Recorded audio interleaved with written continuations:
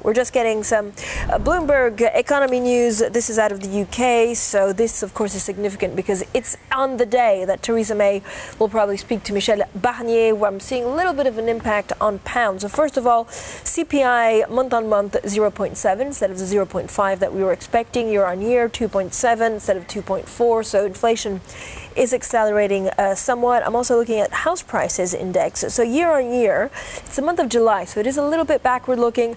It's 3.1% instead of the 2.7 that we were expecting. And then I'm looking at PPI input month-on-month, bang in line with expectations. So let's get a little bit of the impact, of course, on pound 132.03. We'll get actually to Paul Donovan in just a second. But Paul, just a quick reaction. Do we have an inflation problem in the UK? Will we have an inflation problem? So you could see a slowdown, but actually inflation creeping up, and the Bank of England has to, of course, hike rates. I don't think we have an inflation problem particularly. I mean, inflation is clearly, somewhat higher.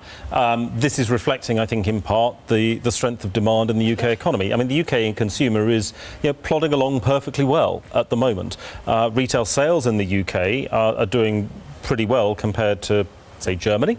Or actually most of Europe, and not the sugar high that we've got in the United States, obviously, but the UK consumer is still prepared to go out and spend, and perhaps companies now feel that, well, actually we can pass on some of the cost increases. I mean, it's not a runaway inflation number, and when you see a spike up like this, there's normally some quirk in there which they'll revise away over time, but basically I think this is just reflecting the fact that the UK economy is plodding along.